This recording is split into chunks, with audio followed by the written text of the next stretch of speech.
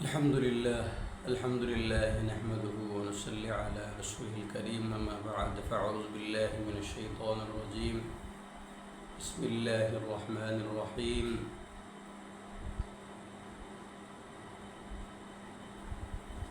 قل هذه سبيلي أدعو إلى الله على بصيرة أنا ومن اتبعني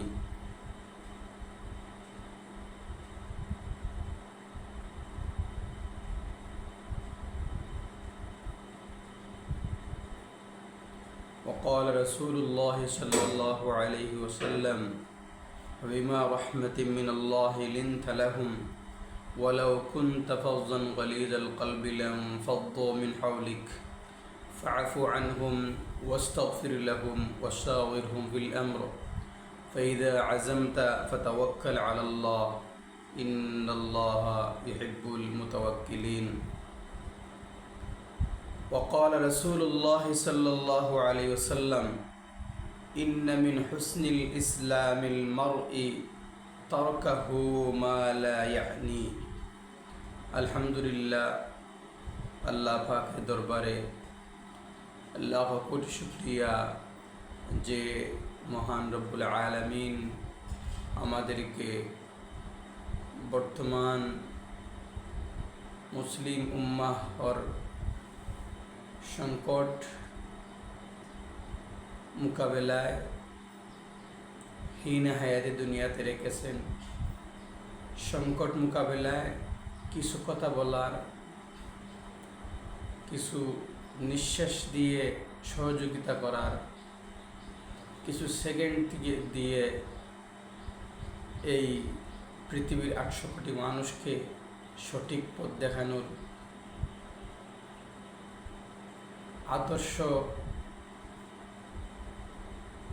আদর্শের মূর্ত প্রতীক যিনি মুহাম্মদ রাসূলুল্লাহ সাল্লাল্লাহু আলাইহি সাল্লামের উম্মত হিসাবে আমাদেরকে পাঠিয়েছে, আমরা শুকরিয়া আদায় করি আলহামদুলিল্লাহ।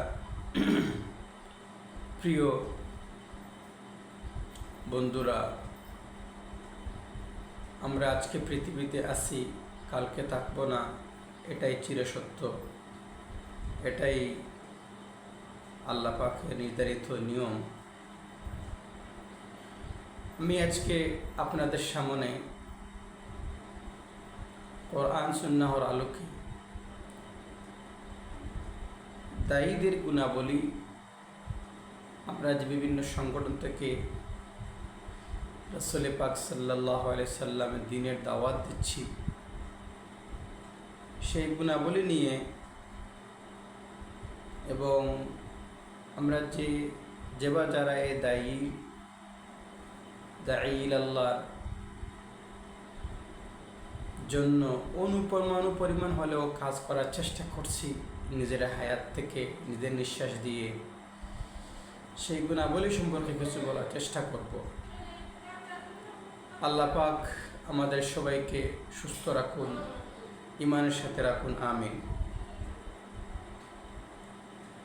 ইসলাম চিরশান্তি ও প্রগতির ধর্ম।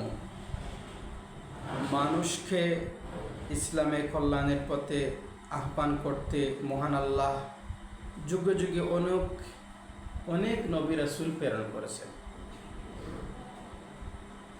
পৃথিবীতে ইসলামের প্রচারণা শুরু হওয়া আদম আলাইহিস সালামের মাধ্যমে, ইসলাম পূর্ণাঙ্গতা লাভ করে সর্বশ্রেষ্ঠ রাসূল মহানবী সাল্লাল্লাহু আলাইহি ওয়াসাল্লামের মাধ্যমে। ইসলাম শুধু ধর্ম হিসাবে আবির্ভূত হয়নি, বরং জীবন বিধান হিসাবে অবতীর্ণ হয়েছে। ইসলাম একটি গতিশীল ধর্ম, কিয়ামত পর্যন্ত এই ধর্মের সৌন্দর্য ও উপযোগিতায় বিন্দুমাত্র হ্রাস পাবে না। ইসলাম একটা জীবন্ত বিধান, সেটি একটি শুধু মুসলমানদের জন্য নয়, সারা পৃথিবীর সব ধর্মের জন্য। আপনি ইসলামী না বলে আপনার জীবনকে আপনি সুন্দর করতে পারেন, রাষ্ট্রীয় জীবন থেকে শুরু করে আন্তর্জাতিক জীবন থেকে শুরু করে ব্যক্তিগত জীবন থেকে শুরু করে আখিরাতের জীবন থেকে শুরু করে আখিরাতের জীবন পর্যন্ত আপনার, যদিও আপনি মুসলমান ধর্মের লোক না, কিন্তু ইসলামের ধর্মের কোরআন এবং হাদিস থেকে, রাসূলের আদর্শ থেকে আপনার জীবনকে সুন্দর করতে পারেন। মানব জাতি তখনই ইসলামের পূর্ণ কল্যাণ লাভে ধন্য হবে যখন সবাই ইসলামকে ধর্ম হিসেবে মেনে নেবে,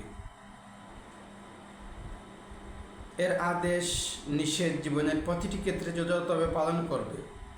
এজন্য ইসলামের দাওয়াত, তালিম পৃথিবীর প্রতিটি প্রান্তে ছড়িয়ে দেওয়া অত্যন্ত জরুরি। কোরআন এবং হাদিসে এ ব্যাপারে সবিশেষ গুরুত্বারোপ করা হয়েছে। কোরআনের বিভিন্ন আয়াত এবং মহানবী সাল্লাল্লাহু আলাইহি ওয়াসাল্লামের হাদিসে ইসলাম প্রচারের তাৎপর্য, ইসলাম প্রচারকের মর্যাদা অত্যন্ত গুরুত্বের সাথে বর্ণিত হয়েছে। প্রতিটি মুসলিমও যে যার অবস্থান থেকে ইসলামের প্রচার প্রসারে আত্মনিয়োগ করবে, প্রজ্ঞা ও চারিত্রিক মাধুর্যতা দিয়ে মানুষকে ইসলামের পথে আহ্বান করবে। তবে কোরআনের নির্দেশনা হচ্ছে প্রতিটি সম্প্রদায়ের মধ্যে এমন কিছু বিশেষ ব্যক্তি থাকবেন যারা গোটা জাতিকে সৎ পথের সন্ধান বাতলে দেবেন। মহান আল্লাহ কোরআনুল কারিমে বলেন, তাদের প্রত্যেক দল থেকে একটি অংশ কেন বের হয় না, যাতে দিন সম্পর্কে জ্ঞানের অনুশীলন করতে পারে এবং ফিরে আসার পর তাদের সম্প্রদায়কে সতর্ক করতে পারে, যাতে তারা অসদাচরণ থেকে বিরত হয়। সূরা তওবা 122 নম্বর আয়াতের কথা। মহান আল্লাহ আমাদের উপরে যে দায়িত্বগুলি দিয়েছেন, সে দায়িত্বগুলি এটি কোনো আমাদের আল্লাহর পক্ষ থেকে শুধু আমাদের দুনিয়াবি বিষয় নয়, আখিরাতের সম্পূর্ণ সফলতার জন্য আমাদেরকে এইসব দায়িত্ব দিয়ে পাঠিয়েছেন পৃথিবীতে।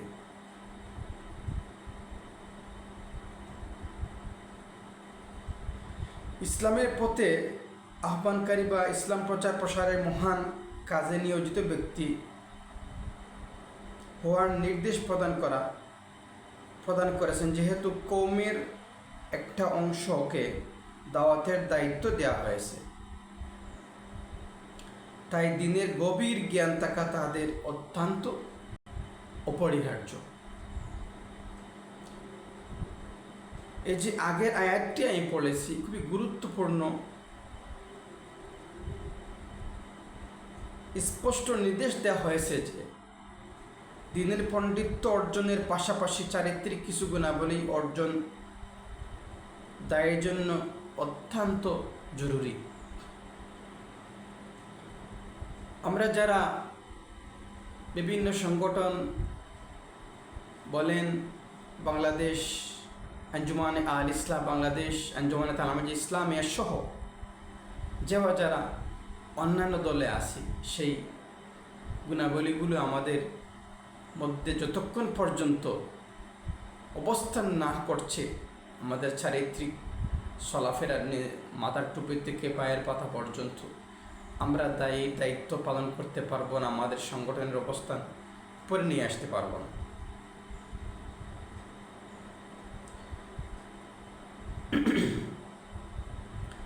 মহানবী সাল্লাল্লাহু আলাইহি ওয়াসাল্লাম এর চারিত্রিক মাধুর্যতা অসংখ্য সাহাবী ইসলামের গ্রহণের কারণ হিসেবে বিভিন্ন বর্ণনায় পাওয়া যায়, এবং পরবর্তীতেও যারা ইসলামের আলো দিগন্তে ছড়িয়ে গিয়েছেন, তাদের চারিত্রিক বৈশিষ্ট্য সকলকে মোহাচ্ছন্ন করত যারা ইসলামের ব্যাপক প্রচার প্রসার বিস্তৃতির অন্যতম কারণ।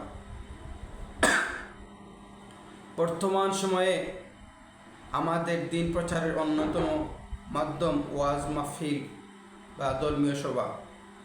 সারা বছরেই আমাদের দেশে বিভিন্ন নামে ছোট বড় ওয়াজ মাহফিল হচ্ছে, কিন্তু সেখান থেকে আমাদের সফলতার দুয়ার কতটুকু খুলতে পেরেছি সেটি বোঝার বিষয়।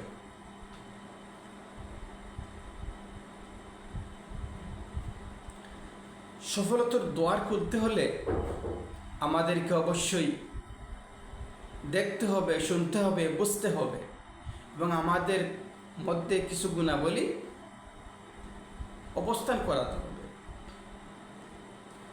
আসুন আমরা দায়ের গুণাবলী সম্পর্কে কিছু কথা বলি এবং কিছু বলে যাওয়ার চেষ্টা করি। দায়ী হতে হলে যে পারদর্শিতার প্রয়োজন, জ্ঞানের পারদর্শিতার প্রয়োজন। ধর্মীয় জ্ঞান অর্থাৎ কোরআন হাদিস ও ফিকহের প্রয়োজনীয় জ্ঞান ব্যতীত কারো পক্ষে ইসলামকে সমহিমায় মানুষের সামনে উপস্থাপন করা সম্ভব নয়।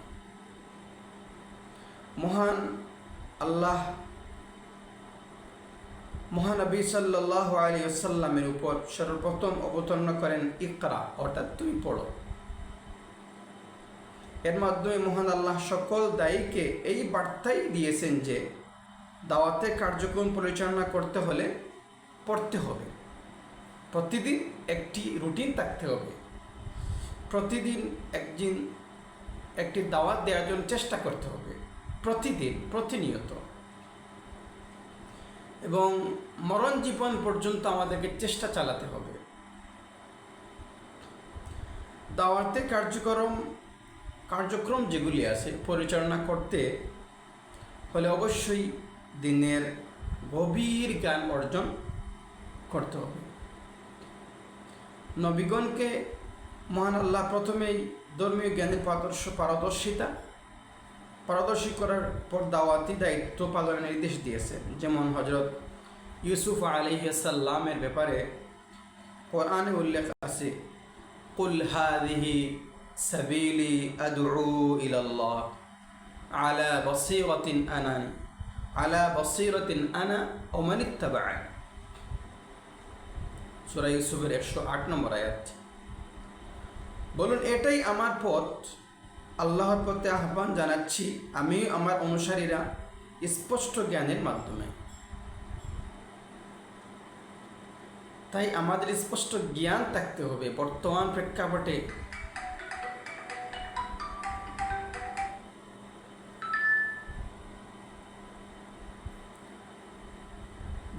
প্রেক্ষাপটে আমাদের যুগোপযোগী জ্ঞান থাকার প্রয়োজন, যুগোপযোগী চিন্তা চেতনা থাকার প্রয়োজন। কীভাবে আমরা দায়ীদেরকে কাজ করব।